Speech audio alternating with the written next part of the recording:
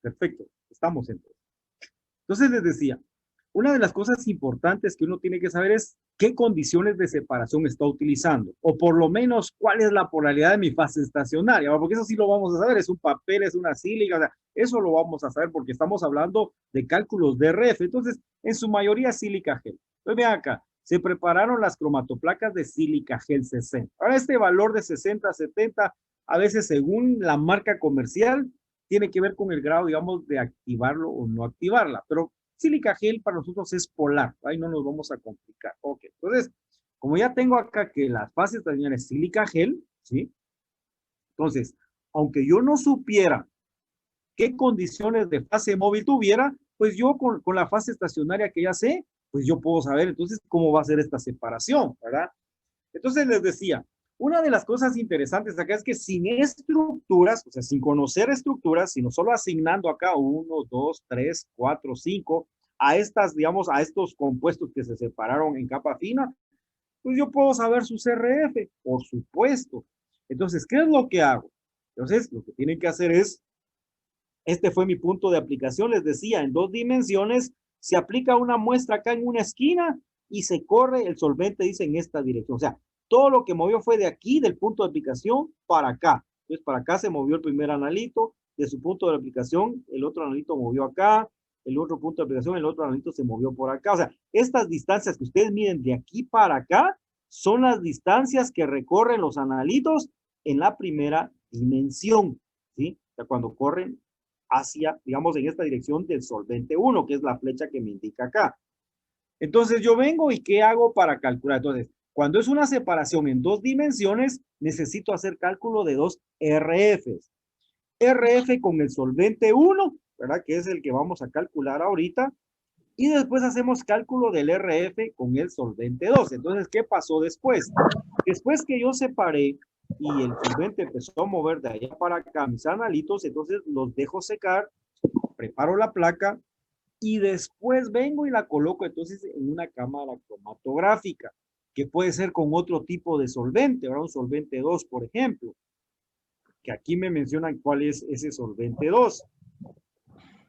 Aquí les menciona que el solvente 2 fue fenol agua. Entonces vean ahí, totalmente diferente al solvente anterior, fenol agua. Si vemos, agua y fenol son bien polares, quiere decir que esta fase estacionaria primera que tenía cloroformo era menos polar que esta que está acá, ¿verdad? O sea, solo viendo así los porcentajes, 40% cloroformo, casi el 50% era no polar acá. Aquí todas las dos son polares, entonces esta fase móvil, digamos, la segunda, que es la que se usa acá, es la que tiene entonces esas características de ser más polar.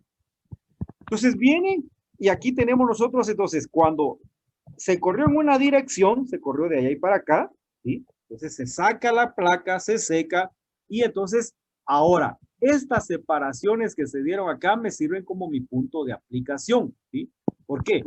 Porque todos estos analitos van a estar, digamos, en esta distancia, o sea, van a estar en esta misma línea. Ahora este analito viene, corre acá, como aquí está el punto de aplicación. Entonces, este analito está acá. Este analito originalmente en una dimensión estaba acá, este analito en una dimensión estaba acá, este analito en una dimensión estaba acá y este analito estaba acá. O sea, cuando yo apliqué en un solo punto la mezcla de los 5 aminoácidos, todos corrieron en esta línea. Aquí, aquí, la fase móvil iba moviendo, moviendo. Entonces apareció el primero, apareció el 4 acá, de ahí apareció el 2, de ahí el 5. ¿Por qué les digo esto? Porque para saber o calcular el RF en una dimensión, o sea, con un solo solvente, lo que yo hago es medir desde el punto de aplicación la distancia que tenga en esta dirección, de aquí para acá. Entonces, si alguien tiene alguna regla y desea medirlo ahí en su pantalla, pues yo ya hice la medición y me dio más o menos como 3.3. No sé si alguien quisiera corroborarlo, porque esto lo vamos a ir haciendo. Entonces, si alguien tiene una regla y mide aquí para acá, entonces me dice qué dato tiene para irlo haciendo. A mí solo me da 3. ¿Alguien tiene alguna? ¿Sí? A mí me da 3.4. exactos. 3.4. Ok. Normalmente medimos al centro de la manchita. ¿Sí? Eso es, digamos, como estándar, porque algunos podrían medir acá, otro podría medir acá. Entonces tratamos de que sea aquí en el punto central, más o menos aquí donde está el cursor, ¿verdad? Entonces, Ahí no sé cuánto les da. Sí, sería 3.3. 3.3, excelente. Entonces, 3.3, que es la distancia que recorrió el analito 1, dividido el frente de solvente, que es desde el punto de aplicación hasta la línea donde yo trazo el máximo punto que llega a mi solvente. En este caso ya me dicen que son 15. Entonces, el 15 va a estar dividido. ¿A qué es igual el RF? Distancia recorrida por el analito dividido la distancia de la frente de solvente. Entonces, 3.3 dividido 15 y ese es el RF1 del primer analito. ¿Qué hacemos con los segundos o los otros? Lo mismo. Del punto de aplicación, como ellos corrieron en esta línea, entonces mido del punto de aplicación y veo, por ejemplo, el RF del analito 2. Entonces, alguien que mida esta distancia hasta donde está el cursor desde su punto de aplicación, y ahí tenemos el cálculo del RF2.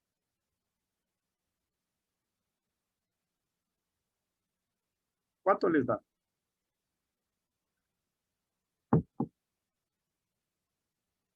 Yo tengo aquí una reglita, si quieren voy a medirlo acá. Más o menos 5.5, no sé si así les queda. No, a mí me da 4.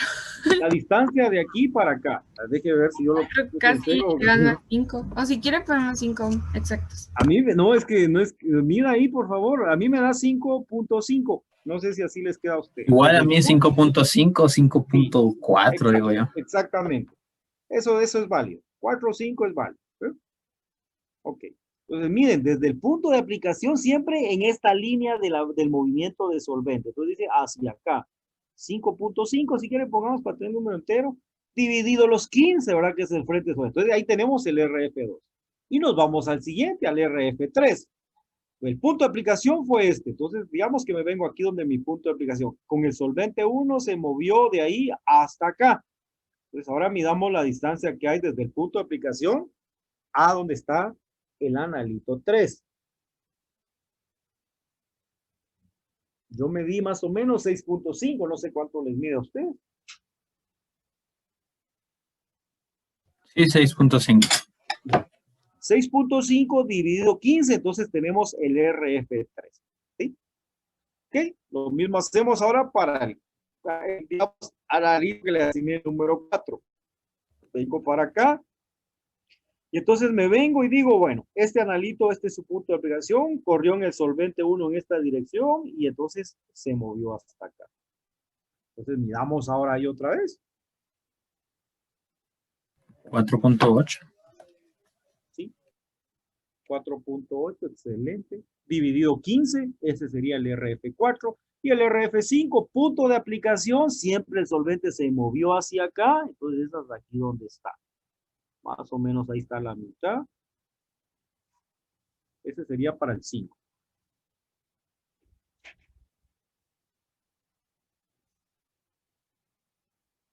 ¿5.7? Sí, 5.7, excelente, dividido 15. Ok. Entonces podemos ver ahí los valores de RF, digamos, de los 5 analitos en una dimensión, o sea, en una dirección. Pero como este se movió en 2 direcciones, entonces ahora tengo que hacer el cálculo del movimiento que hicieron en la otra dirección. Entonces, ¿qué pasó? Originalmente yo apliqué aquí mi muestra, ¿sí? Entonces, el solvente, digamos que empezó a moverse para acá, desplazó y medí aquí su frente, ¿verdad? Llegó a los 15 centímetros y aquí, digamos, ya terminé la separación en una dimensión, o sea, con la primera mezcla acá. Entonces, ¿qué hago? Una vez ya tengo, digamos, el frente solvente y entonces seco esta placa, la saco, mido los RF, ya tengo los RFs 1 y ahora lo que procede entonces es, como digamos, este fue mi punto de aplicación original, pues ahora acá yo voy moviendo, digamos, aquí quedaron separados como que fueran puntos de aplicación, ¿sí? O sea, este analito 1 quedó acá, el 4 quedó acá, el 2 quedó acá, el 5 quedó acá y el 3 quedó acá. Si ven, ya son como puntitos de aplicación. Entonces, cuando yo hago la corrida en la otra, digamos, la segunda corrida de esta mezcla, entonces vengo y estos ya son como mis puntos de aplicación. Entonces, el solvente 2 se va a mover en esta dirección. De aquí hacia arriba, ¿verdad? Porque entonces esto, digamos, en esta dirección va hacia abajo en la cubeta, ¿sí? En la placa. Y entonces ahora voy a hacer los cálculos de RF, digamos, de los analitos ya en la siguiente dimensión. O sea, para mí sería entonces mi RF2, ¿verdad? Ahora bien, si ustedes ven aquí, me están marcando, digamos, que hay 15 centímetros de acá y hay 15 centímetros de acá, ¿sí? Ahora, algo interesante acá es, normalmente uno, digamos, coloca aquí su muestra, pero aquí no me lo indicaron. Entonces, vamos a asumir que la muestra, digamos, porque no la voy a aplicar en el extremo del papel, ¿verdad? Si no, la muestra se va a salir. Entonces, por eso es que les decía que la muestra se aplica acá, ¿sí? Pero para fines prácticos, vamos a asumir que esta, digamos, es la línea de trazo, digamos, original, donde yo apliqué la muestra. Entonces, digamos que si aquí apliqué la muestra en una dirección que corrió hacia acá, entonces digamos que también esta línea va a ser como mi punto de aplicación para la otra dirección, ¿verdad? Pero, ¿dónde va a ser ese frente somente? Cuando yo vea dónde separaron la vez, ahí hago el trazo con el lápiz. Hago el trazo con el lápiz y ahí yo puedo saber, entonces, me imagino que para ellos aquí fue donde originalmente estaba el analito 1, el analito. Estoy hablando ya de la corrida hacia arriba, ¿sí? Ok. Entonces vengo y digo, bueno, mi punto de aplicación es esta línea que está acá, esta línea negrita, igual que esta acá al inicio, pero en la segunda dimensión, entonces ya este analito quedó acá, el 4 quedó acá, el 2 quedó acá, el 5 acá y el 3 acá. Ok, una vez ya tengo yo, digamos, sequé la placa, ya identifiqué esto, entonces vengo y la coloco, puede ser en otra cubeta con el otro solvente, en este caso sería con el fenolagua, ¿sí? Entonces, ¿qué pasó? Como cambié la polaridad de solvente, ahora voy a ver qué es lo que pasó.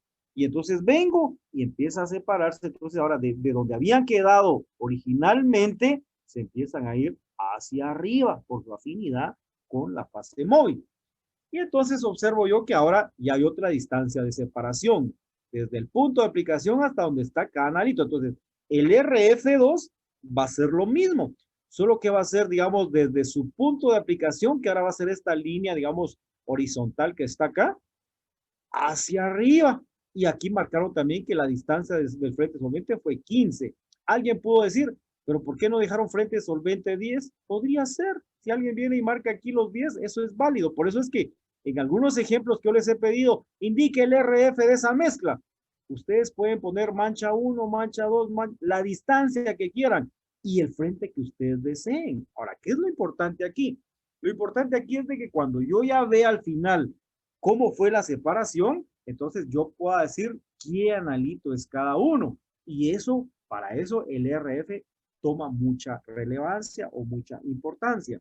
Entonces, hago cálculos de RF2. Punto de aplicación, aquí donde está la línea negrita. Mido la distancia que hay de aquí al centro de esta manchita y les va a dar un valor -1, ¿verdad? Creo que es punto 7 o punto 8, no sé cuánto les da a ustedes ahí. Sí, A mí me dio punto 8.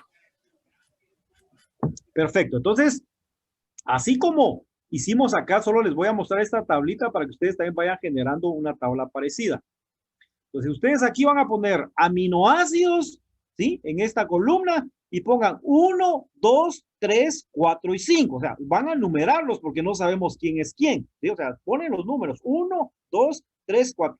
Y entonces, RF1 y ponen cuál fue, digamos, en el solvente 1. RF1, que son los valores que ya calculamos, ¿verdad? Punto 22, punto 37, pues esa sería, digamos, mi primera tabla. Y a la par van a hacer otra tablita donde van a poner ahora RF2, que es el que vamos a calcular para el analito 1, para el analito 2, para el analito 3. O sea, así es como, digamos, vamos a tener una tabla, porque ese orden ya van a ver que nos va a servir de la tabla. Entonces regresamos acá. Medimos la distancia de acá hacia acá, entonces ya tenemos que es punto 8, punto 7, el valor que ustedes vean ahí con su regla, ¿verdad? Sus datos, y dividen. Punto 7 o punto 8 dividido 15, o sea, distancia que recorre el analito, dividido el frente de solvente, y ya tienen entonces el valor de R. Lo mismo hacen para el analito 2, distancia del punto de aplicación hacia acá, si alguien lo mide, creo que ahí sí le da un poquito arriba de 1. 1.2. Excelente. 1.2 dividido 15, ese va a ser el RF2 de este analito 2. Lo mismo hacemos con el otro analito, el analito 3. Midimos la distancia de aquí hacia acá, al centro de esta manchita, y tenemos entonces ahí el dato. Yo más o menos medí 2.3, no sé cuánto miran ustedes aquí en este.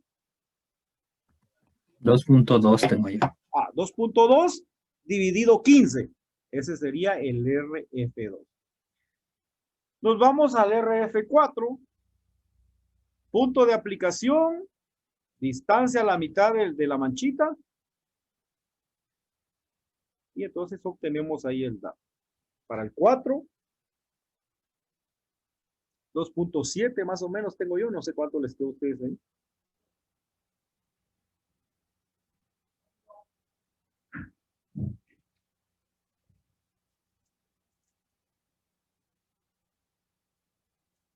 Sí, 2.7. 2.7 dividido los 15, tenemos nuestro RF4 y el último RF, entonces midamos la distancia del punto de aplicación hacia aquí el centro de la mancha número 5. Entonces, más o menos a mí me dio como 4.5 dividido 15, pero ustedes revisen su dato ahí, por favor.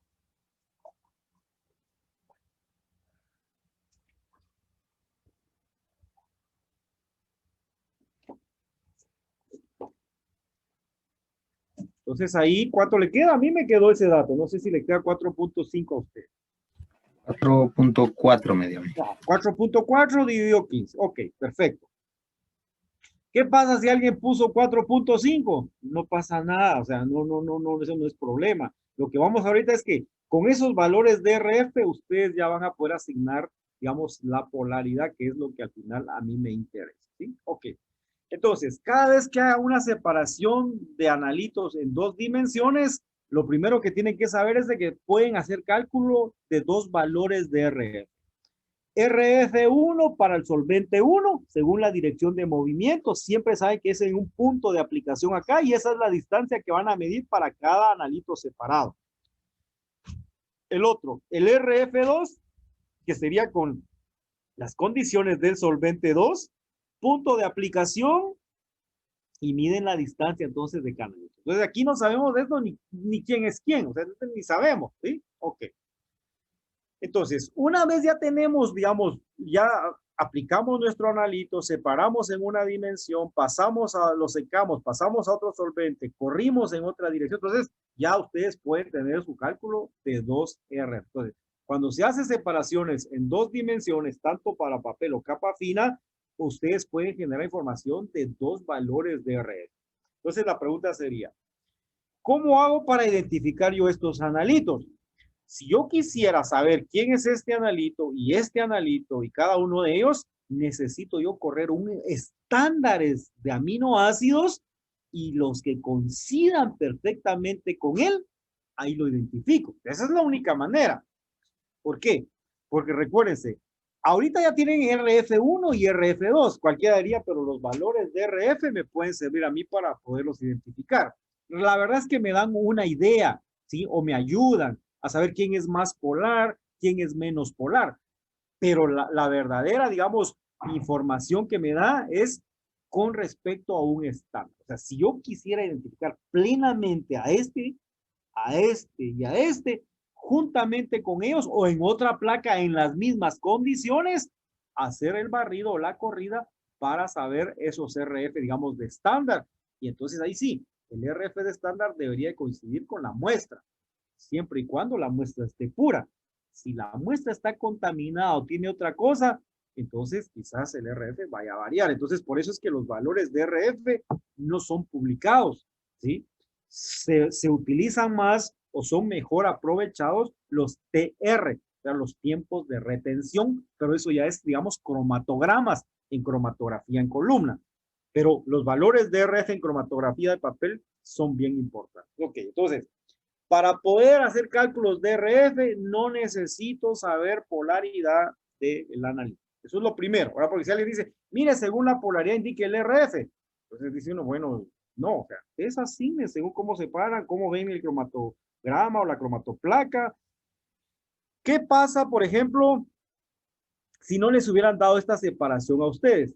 Si no les hubieran dado esta separación a ustedes, por lo menos les hubieran dado, digamos, alguna idea de RF, y si no, entonces uno puede mover los analitos como uno quiera, ¿verdad? Entonces, moverlos, hacer el cálculo, pero después a la hora de determinar los RFs, ahí sí ya voy a saber yo quién es más polar y quién es menos polar. Entonces, una cosa importante cuando estén haciendo su separación en capa fina es la distancia que recorre el analito puede variar según las condiciones que ustedes definan. Es válido, por supuesto, ¿sí? O sea, nadie dice, solo este es el RF y es único.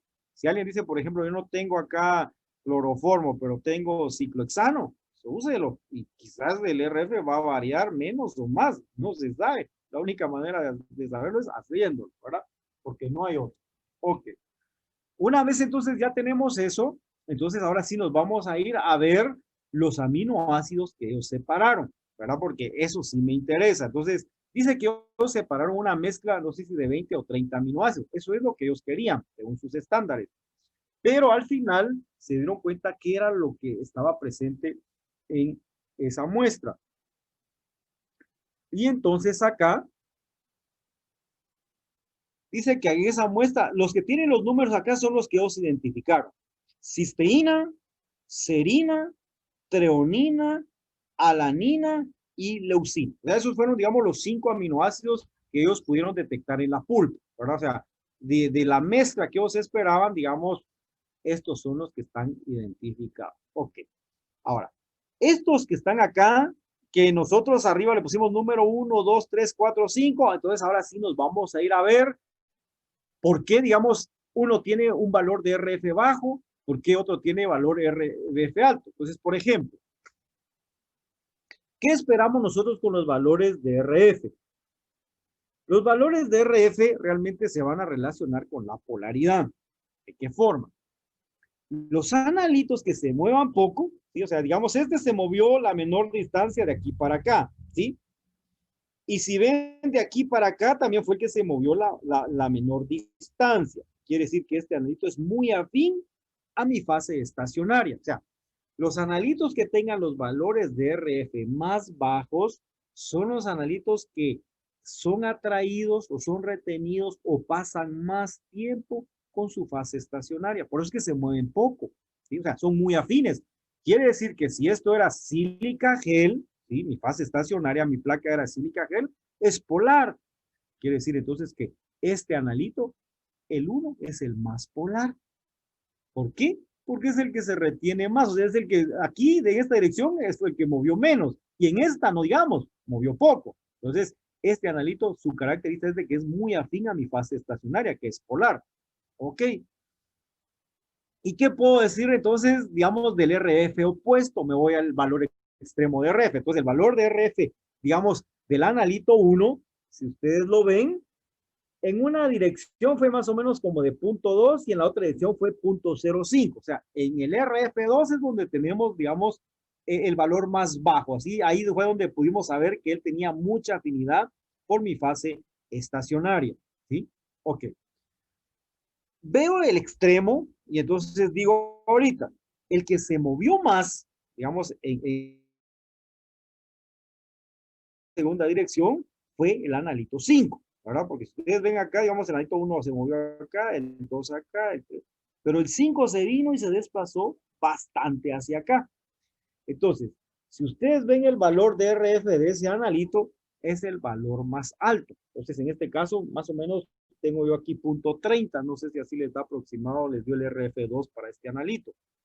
Entonces, conclusión. El analito que tenga el valor más alto de RF es el analito que es menos retenido, por lo tanto, es el que tiene menor afinidad por mi fase estacionaria. Quiere decir que si esta era una fase estacionaria polar, que es la sílica, este se movió más porque no era retenido por ella, no era afín. Entonces, este es el analito más apolar. ¿Sí? ¿Qué pasa con los analitos, digamos, que están acá, el 4, el 3 y el 2? Entonces, podríamos decir, estos son los analitos de polaridad intermedia, por supuesto. Pero, si yo comparo el RF2 del analito, por ejemplo, 2 con el analito 3 y el analito 4, me voy a dar cuenta que el analito 2 en su RF2 también es el que tiene el valor más bajo. Digamos, este el más bajo, pero seguido por este. Entonces, yo puedo decir, este es el analito también más afín por la fase estacionaria. O sea, este es el más polar y este sería menos polar, ¿sí? Comparo el RF del analito 3 y digo, el analito 3 se desplazó un poquito más, pero digamos que este es más polar, entonces este es menos polar. Veo el RF del analito 4 y digo, este también es menos polar y este. Los valores de RF, entonces ordenados, ya sea de mayor a menor o al revés, según las características o la polaridad de su fase estacionaria, lo que le está dando es un orden de polaridad. Ya, dicho de otra manera, los RF le están diciendo, este es el más polar porque se retuvo más por su fase estacionaria. Este es el menos polar porque se retuvo más por su fase, se retuvo menos por su fase estacionaria. O sea, eso me está dando los valores de RF. O sea, ya les está diciendo quién es más polar, quién es menos polar, y según el orden, así ustedes pueden saber quién es más y quién es menos polar. Ok, ahora, ¿cómo puedo yo saber o corroborar eso? Porque los RFs ya me dijeron. O sea, según los RFs, ustedes tienen el orden, digamos, de 0.05, van a aumento, 0.08, 0.15 tengo yo acá, 0.18, van en orden, digamos, de RF. De menor a mayor valor conforme va aumentando aquí el número. ¿Pero por qué? Porque hay mayor distancia recorrida, digamos, de ellos desde su punto de aplicación. Por eso es que el RF aquí es bajo, aumenta, aumenta, aumenta y aumenta demasiado. Entonces, ya tenemos un orden de polaridad. Ahora, ¿qué sí necesitaría yo saber? Por lo menos entonces asignar la estructura 1, ¿sí? A quién corresponde, y asignar la estructura 5, ¿verdad? Para que ustedes vean. Solo veamos acá estas dos estructuras y ahorita me voy a ir a otro documento donde tengo las estructuras de estos 5 aminoácidos, porque viendo las estructuras es como ustedes pueden saber la polaridad. O sea, si yo no tengo estructura, o sea, alguien me dice serina, treonina, alanina, a mí me quedó lo mismo, porque yo no tengo clara, digamos, no he visto por estructuras quién es más polar y quién es menos polar. Entonces, la manera de saber la polaridad de un compuesto, digamos, separado en cromatografía, es ver su estructura química. O sea, no hay otra manera. Y mejor si es la estructura desarrollada, porque ahí puedo ver, digamos, cómo están ubicados los átomos. Entonces, vamos a ver. El compuesto que tenga el menor valor de RF, ¿sí? Es el más polar. Y el compuesto que tenga el mayor valor de RF es el más polar. Entonces, ahorita vamos a ver. Y si quieren, solo vean acá. El número 1, aquí está asignado en esta tabla. Solo anótenle el nombre si quieren. Es la cisteína. Entonces, dicen ellos, la cisteína es la más polar. Y me voy a ir al extremo.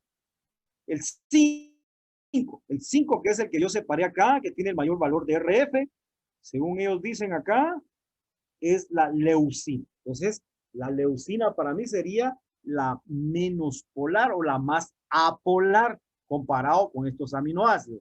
Pero ¿cómo lo sé? La única manera de saberlo es entonces viendo sus estructuras. Y ahorita les voy a pasar entonces una hoja donde están las estructuras de esos aminoácidos.